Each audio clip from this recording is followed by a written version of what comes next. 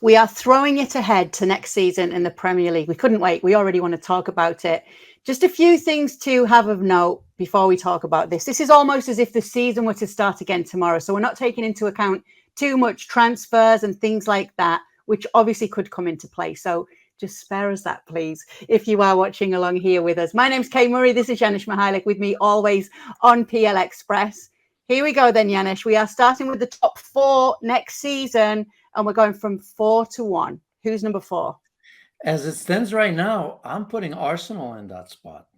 As you know, as much as I love them, and I've been on record on different shows, how great they've been, the process, the progress, right? I mean, it feels like a little bit of an overachievement. It feels like they've arrived a little bit too early, and you just, with Arsenal supporters, you know how they are. You wonder what the expectations are going to be. And I think most logical ones will understand that I still think that priority is top 4. I think we'll see the sort of players that they're going to buy and the sort of commitment I think their ownership is going to make, because it's not just about 1 or 2 players, right? We talk about the Declan Rice or the players of that sort, maybe another number 9, another a very good central defender, I think. But I think it's the depth of the squad, again, to get you through what Manchester City has done to Arsenal towards the end. This was a great example. So I just think that it's not so much that the expectations are going to be too high, but I think it's going to be one of those seasons where Arsenal are going to be happy to be in the top 4, and I don't think they'll challenge like they did this season. Okay, number 3. Number 3 for me, it's Manchester United, and it's a little bit like a drop off. It seems this is where I'm waiting for the window, and I could be wrong on both of these, obviously, but I think if you look at Manchester United, there's still a lot of holes. As good as the individual pieces have been, I just don't think that there's still a formula. At Arsenal, for example, Manchester City, and even Liverpool, who I'll mention shortly, I think there's absolutely true identity. I think Ten Hag has made the best of what he has. He's made some players much, much better, but I can't say that I see an identity or a style just yet. And I wonder if Eric Ten Hag would agree with me. And I don't know, sometimes you don't have to have a clear identity. You don't have to be a possession team. You don't have to be a counterattacking team. You can be balanced and could do everything well. But I just think that even players that they have right now, to me, have not proven that Manchester United can challenge just yet. I even look at somebody like Anthony, 82 million.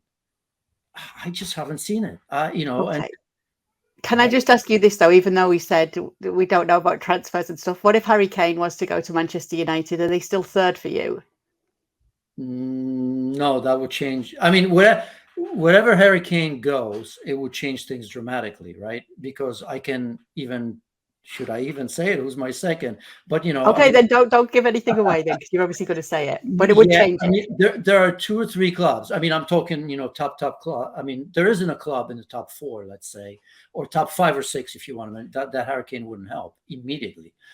So that would change things. But as it stands right now, I am keeping Manchester United in top 4 and a 3rd place.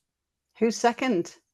That's the biggest one. That's the biggest surprise. And I haven't convinced myself of that just yet, but my gut feeling is that we're going to see a resurgence of Liverpool Football Club. We're going to see Liverpool again. I mean, before, ahead of the season, once again, we thought that there's going to be a title. I don't know if title fight, but I think we're going to see what we've seen before, Manchester City and Liverpool. And this was obviously a cycle that was over. It was a terrible start, a lot of injuries. I think the finish to the season has given fresh life to the cycle, to the foundation of Liverpool.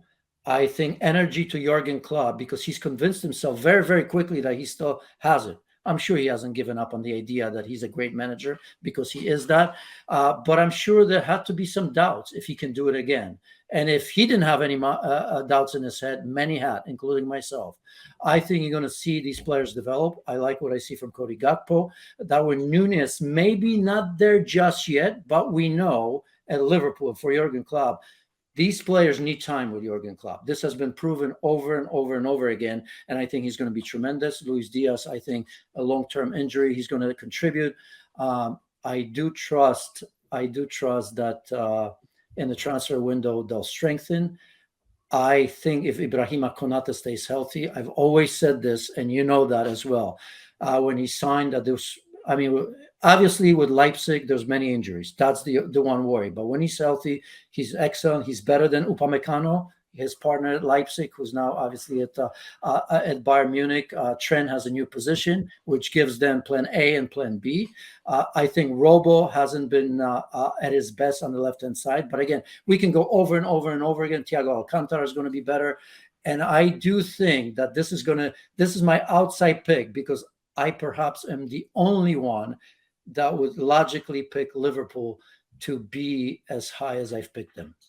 So you've got Chelsea winning the league then? No. So Manchester City to do it again.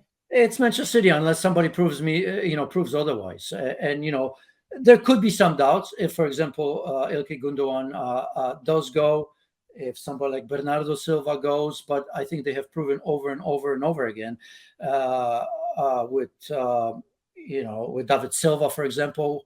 We were all wondering how they're going to change that, right? And comes Gundogan in that position. Phil Foden, I think, is going to play a big role between the lines more centrally as well. We've seen the development of Grealish. We've seen what Haaland's capable of. I think he's going to continue to score goals at will for Manchester City. I am sure they've identified players already, one or two players that are going to come in and not just give depth, but make an immediate impact at Manchester City as well. They have the best manager in the league, bar none. So I don't see a worry here. And the season's going to have the rhythm. And I think it's going to be important, because once the rhythm is there, there isn't another club that can deal with all the competitions. And that's important when we talk about Premier League, because all the clubs in the top four are going to have to deal with top competitions, with the exception of Liverpool. By the way, that part of that, I mentioned Liverpool, and that's my only worry there, because I don't like Thursday nights. That's a little bit more difficult. But Manchester City, class of their own for another season. So where do Chelsea factor into this with Mauricio Pochettino coming in? Well, I think they'll be wise to do what Arsenal did over the years, right? And that's why I think I've mentioned to you before that I think we're going to see Pochettino talking very much the same way as Mikel Arteta did when Arsenal finished 2 seasons in 8th place. And remember, last season they finished 5th, and I think lost the top 4 on the last day, if memory serves me right. Just missed out. And that was a good progress and process. And I think that's what Pochettino is going to say. And I think it's going to be wise to do it, but he's going to have to prove it like Mikel Arteta. And he's going to have to get the time, because that always worries me. Hopefully Todd Bowley has learned with his managers right now that he's going to need somebody. He's been, Todd Bowley's been on record to say that Graham Potter is going to get all the time in the world. They trust him. In the end, pressure. And then doesn't, right? Right. So with Pochettino, hopefully, he's going to get his time. But Pochettino is proven in the Premier League. I think he's going to get the job done. I think Chelsea are going to be pushing right there. With Newcastle, who I'm shocked that you haven't even mentioned, because that was a sleepless night for me, because you know how seriously I take these things with you here. So why do Newcastle fall short after the season they've had? Again, steady Eddie. That was, he's been great with that. And I just think that, the thing that I did with Liverpool is on a gut. And that's what, I had to get somebody out of there. Forget the, first, second, third. First was obviously one thing, but I just think that I'm just wondering if Eddie Howe can get even more out of this team. And I think there's going to be a temptation to drastically change this team. I think the foundation is going to be there. But that feel-good attitude, the ceiling that was so low in so many ways, I worried a little bit that there's going to be a pressure to get bigger names, because now the ownership is different. They're going to be able to afford it. And even though that everybody tells me that that's not going to be the case, he wasn't tempted to change that team drastically. He's done a tremendous job in molding this team and not overspending and not buying big names right away. And that's a plus. But I think next season, he's we're going to see pressure. We're going to see quite a few signings, and I just don't think it's going to be as steady as this season alone. And that's my, I'm going to live or die by this. And I don't feel comfortable making this prediction. I went on a gut, and if Newcastle United and Eddie Howe proves me wrong, hands up. Thank you very much for watching ESPN FC on YouTube. For more highlights, analysis, and exclusive content, be sure to subscribe.